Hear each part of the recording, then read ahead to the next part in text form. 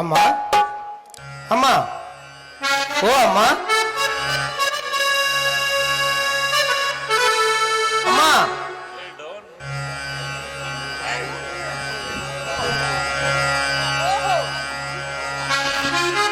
ನೀವಾ? ಹೌದಮ್ಮ, ನಾನೇ. ಮನೆಯಲ್ಲಿ ನಮ್ಮ ತಾಯಿಯವರು ಇಲ್ವೇ? ಇಲ್ಲ, ಅವರು ಈಗ ತಾನೇ ತೋಟಕ್ಕೆ ಹೋದ್ರು. ಅವ್ರು ಇರ್ದಿದ್ರೆ ಏನಾಯ್ತು? ಬನ್ನಿ ಮನೋಜ್, ನಾನಿದ್ದೀನಲ್ಲ. ನಿಮ್ಮ ಮುಖ ನೋಡಿದ್ರೆ ನೀವು ಊಟ ಮಾಡಿಲ್ಲ ಅಂತ ಕಾಣುತ್ತೆ. ಬನ್ನಿ, ಊಟ ಬಡಿಸ್ತೀನಿ, ಹೊಟ್ಟೆ ತುಂಬ ಊಟ ಮಾಡಬೇಕು. ಸದ್ಯ ನನಗೆ ಹಸಿವೆ ಇಲ್ಲಮ್ಮ, ಹಸಿವೆ ಇಲ್ಲ. ಮನೋಜ್ ನಿಂತ್ಕೋ. ನೋಡು, ಯಾಕೋ ಈ ನನ್ನ ಮನಸ್ಸನ್ನು ಎಷ್ಟು ಕಟ್ಟು ಹಾಕಿದ್ರು ಕೂಡ ನಿನ್ನ ಮೇಲೆ ಮಿತಿ ಇಲ್ಲದ ಮನಸ್ಸಾಗ್ತಾ ಇದೆ. ದಯವಿಟ್ಟು ಒಂದೇ ಒಂದು ಸರಿ ನನ್ನ ಮನಸ್ಸನ್ನು ಅರ್ಥ ಮಾಡ್ಕೋ, ನನ್ನ ಮಾತನ್ನ ಕೇಳು. ಆ ತೂಗು ಇಯಲದ ಮೇಲೆ ನನ್ನನ್ನು ಮಲಗಿಸಿ ನನ್ನ ಆಸೆಯನ್ನು ಪೂರೈಸು ಬಾ ಮನೋಜ್. ಅತ್ತಿಗೆ, ಪ್ರೇಮ ಪ್ರೇಮ ಎಂದು ನಿಮಗೆ ಪ್ರೇಮದ ಹುಚ್ಚುಗಿಚ್ಚು ಹಿಡಿದಿದೆಯೋ ಏನೋ? ಹಾ, ಪ್ರೇಮದ ಹುಚ್ಚು ಹಿಡಿದಿದೆ ಮನೋಜ್. ನನಗೆ ನಿನ್ನ ಪ್ರೇಮದ ಹುಚ್ಚು ಹಿಡಿದಿದೆ. ಅದು ನಿನ್ನಿಂದ ತೀರವರೆಗೂ ಈ ಪ್ರೇಮದ ಹುಚ್ಚು ಹೋಗಲಿಲ್ಲ ಮನೋಜ್. ಅತ್ತಿಗೆ, ನೀವು ನಿಮ್ಮ ಪಾತಿರತೆಯನ್ನು ಕಾಯ್ದುಕೊಂಡು ಈ ಸಮಾಜದಲ್ಲಿ ಸದ್ಗುಣವಂತರಾಗಿ ಬಾಳಬೇಕೆನ್ನುವ ಇಚ್ಛೆ ನಿಮಗಿದ್ದರೆ ಮೊದಲು ಪತಿ ಧರ್ಮವನ್ನು ಕಾಪಾಡಿಕೊಳ್ಳಿ. ಅದನ್ನು ಮರೆತು ಈಗ ನಿಮ್ಮ ಆತ್ಮದಲ್ಲಿ ಪ್ರಜ್ವಲಿಸುವ ಪಾತಕ ಗುಣವೇ ಶಾಶ್ವತವಾದರೆ ನೀವು ಈ ಪ್ರಪಂಚದಿಂದ ಬಹುದೂರ ಉಳಿದುಕೊಳ್ಳುತ್ತೀರಿ. ಅತ್ತಿಗೆ, ಕಾಲು ಜಾರಿದ ಹೆಣ್ಣು ಅದೊಂದು ಕಾಗೆಯು ಸಹಿತ ಮುಟ್ಟದಂತ ಕೆಟ್ಟು ಹೋದ ಹಣ್ಣು. ಅತ್ತಿಗೆ, ಕೆಟ್ಟು ಹೋದ ಹಣ್ಣು. ಸಾಧ್ಯವಿಲ್ಲ ಮನೋಜ್, ಸಾಧ್ಯವಿಲ್ಲ. ನೋಡು, ಕೊರಳ ಮಾಂಗಲ್ಯ, ಮೂಗಿನಲ್ಲಿ ಮೂಗುತಿ, ಹಣೆಯ ಮೇಲೆ ಹೊರೆಯುತ್ತಿರುವ ಈ ಕುಂಕುಮದ ತಿಲಕ, ಅದು ಇರುವರೆಗೂ ಏನು ಮಾಡಿದ್ರೂ ತಪ್ಪವಿಲ್ಲ, ಯಾವ ದೋಷನೂ ಇಲ್ಲ. ಬನ್ನಿ ಮನೋಜ್. ಕುಂಕುಮ ತಿಲಕ, ಹೆಣ್ಣಿನ ಹಣೆಯನ್ನೇ ಅಲಂಕರಿಸಿದ ಕುಂಕುಮ ತಿಲಕ, ಆ ಶಿವನ ಕೆಂಗಣ್ಣನಂತಿರುವ ಸುಂದರ ಸಿಂಧೂರ ಪವಿತ್ರ ಕುಂಕುಮ ತಿಲಕ,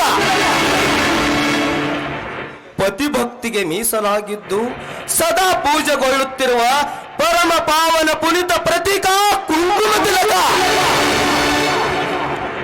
ನಿಮ್ಮಂತ ಭಗಿನಿಯರ ಹಣಿ ಮೇಲೆ ಬಂದೆ ಹದಗೆಟ್ಟು ಹೋಯಿತು ಪವಿತ್ರ ಕುಂಕುಮ ತಿಲಕದ ಸ್ಥಿತಿಗತಿ. ಮನೋಜ್, ಈ ಪ್ರಪಂಚ ಪ್ರಾರಂಭವಾದಾಗಿನಿಂದ ಈ ಸಮಾಜದಲ್ಲಿ ಇಂಥ ಬ್ಲಾಕ್ ಮಾರ್ಕೆಟ್ ನಡೀತಾನೆ ಇದೆ. ಸಮಯ ಸಿಕ್ಕಾಗ ಎಂಜಾಯ್ ಮಾಡೋದು ಒಂದೇ ಕೆಲಸ. ಅದನ್ನೆಲ್ಲ ಬದಿಗಿಟ್ಟು ನನ್ನ ಆಸೆಯನ್ನು ಪೂರೈಸು. ನನ್ನ ಮಾತನ್ನು ಕೇಳು.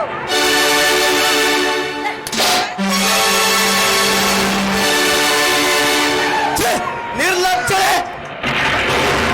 ಅಣ್ಣನ ಹೆಂಡತಿ ಅಂದು ನಿನಗೆ ಎಷ್ಟು ಮನ್ನಣೆ ಕೊಟ್ಟರು? ನಿನ್ನ ಕಾಮದ ಚಲ್ಲಾಟ ಬಿಡದಾದಿ. ನಿರ್ಲಜ್ಜಳೆ, ನಿನ್ನಂತ ಕಾಮದ ಹೆಣ್ಣು ಈ ಮನೆಯಲ್ಲಿದ್ದರೆ ಆ ಮನೆಯು ಮಸಣವಾಗುವುದಷ್ಟೇ ಅಲ್ಲ, ಹಾಳೂರಿನಲ್ಲಿ ವಾಸಿಸುವ ಗೂಗೆಯ ಕುಟೀರವಾಗುವುದು. ಮನೋಜ್, ನಿನಗೆಷ್ಟೇ ಕಡು ಕೋಪ ಬಂದು ನನ್ನ ಕೆನ್ನೆ ಹೊಡೆದ್ರು ಕೂಡ ಈ ನನ್ನ ವಿಶಾಲವಾದ ಪ್ರೇಮ ಅದು ಸಹನೆ ಮಾಡಿಕೊಳ್ಳುತ್ತೆ. ಮನೋಜ್, ಕೊನೆಯದಾಗಿ ಹೇಳ್ತಾ ಇದ್ದೀನಿ, ದಯವಿಟ್ಟು ಇಲ್ಲ ಅಂತ ಹೇಳ್ಬೇಡ. ಯಾಕಂದ್ರೆ ಅಡಕೋತನ ಬಾಯಿಯಲ್ಲಿ ಸಿಕ್ಕು ಸಾವಿನ ಮಧ್ಯೆ ಹೋರಾಡ್ತಿರುವವರನ್ನು ಬದುಕಿಸುವ ಪ್ರಯತ್ನ ಮಾಡು. ಹೆಣ್ಣು ಒಲಿದರೆ ನಾರಿ, ಒಲಿದರೆ ಮಹಾಮಾರಿ ಅನ್ನೋದು ನಿನಗೆ ಲಕ್ಷ್ಯದಲ್ಲಿರಲಿ ಮನೋಜ್.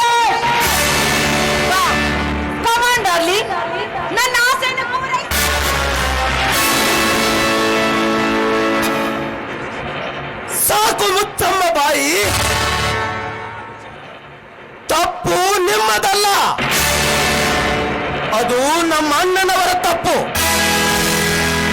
ಅಂತೂ ಅವರ ಭಾಗ್ಯಕ್ಕೆ ಒಳ್ಳೆ ಹೆಂಡತಿ ಸಿಕ್ಕಿಯಮ್ಮ.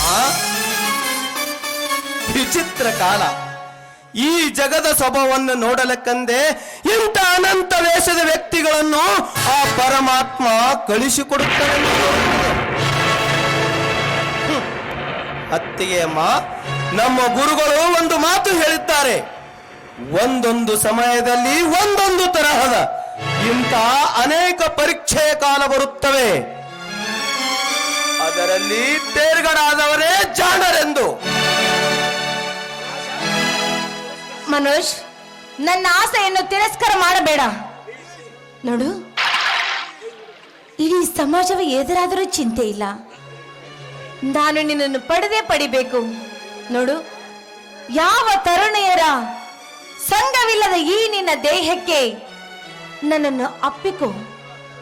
ಬಾ, ನನ್ನ ಆಸೆಯನ್ನು ಪೂರೈಸು ಬಾ. ವಿಚಾರಿಸಿದ್ದೇನಮ್ಮ, ಚೆನ್ನಾಗಿ ವಿಚಾರಿಸಿದ್ದೇನೆ. ಸ್ತ್ರೀ ಧರ್ಮಕ್ಕೆ ಮಸಿಲೇಪಿಸಿ ಗಂಡನ ಕಣ್ಣೋಳು ಮಣ್ಣೆರಚಿ ಈ ಸಮಾಜದ ಸಮ್ಮುಖದಲ್ಲಿ ಸಾಧ್ಯವೇ ಸೋಗು ಹಾಕುವ ನಿಮ್ಮಂತ ಹೆಂಗಸರಿಂದಲೇ ಈ ಜಗದಲ್ಲಿ ಧರ್ಮದ ಜಲ ಪಾಪದ ರಕ್ತವಾಗಿ ಹರಿಯತೊಡಗಿದೆ.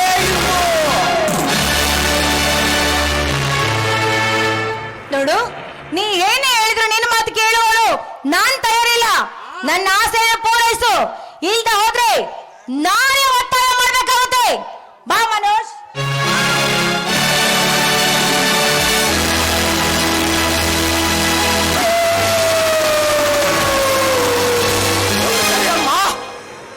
ಗಂಡಸರ ಮೇಲೆ ಈ ರೀತಿ ಒತ್ತಾಯ ಮಾಡುವುದು ಭೂಷಣವಲ್ಲ. ಪ್ಲೀಸ್ ಮನೋಜ್, ನನ್ನ ಮಾತಿಗೆ ಯಾಕೆ ನಿನಗೆ ಅರ್ಥ ಆಗ್ತಿಲ್ಲ?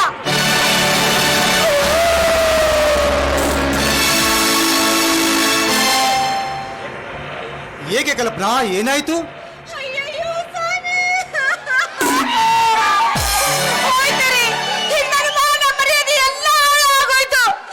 ನೀವು ಸಮಯಕ್ಕೆ ಸರಿಯಾಗಿ ಬರದೇ ಹೋಗಿದ್ರೆ ಈ ಪಾಪಿ ನನ್ನ ಜೀವನವನ್ನೇ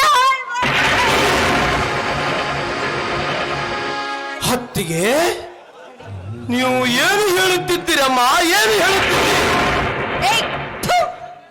ಹೊಲಸು ಬಾಯಿಂದ ನನಗೆ ಹತ್ತಿಗೆ ಅಂತ ಕರಿಬೇಡ ಕಾಮುಕ. ಎಲ್ಲೋ ಬಂದು ದ್ರೋಹಿ, ನನ್ನ ಅಣ್ಣನ ಹೆಂಡತಿ ತನ್ನ ಹೆಪ್ಪಮ್ಮನ ಸ್ವರೂಪವೆಂದು ಬರುತ್ತಿದೆಯಲ್ಲೋ ಕವಿಕುಲ ಗೌನ ದೊಡ್ಡ ಪಂಡಿತ. ಎಲ್ಲಿದೆಯೋ ನಿನ್ನ ಜ್ಞಾನ ಬುದ್ಧಿ? ಬರೀ ಈ ನಿನ್ನ ದೇಹದಲ್ಲಿ ಮೋಹವೇ ತುಂಬಿಕೊಂಡಿದೆಯಲ್ಲ ಮಂಕೆ.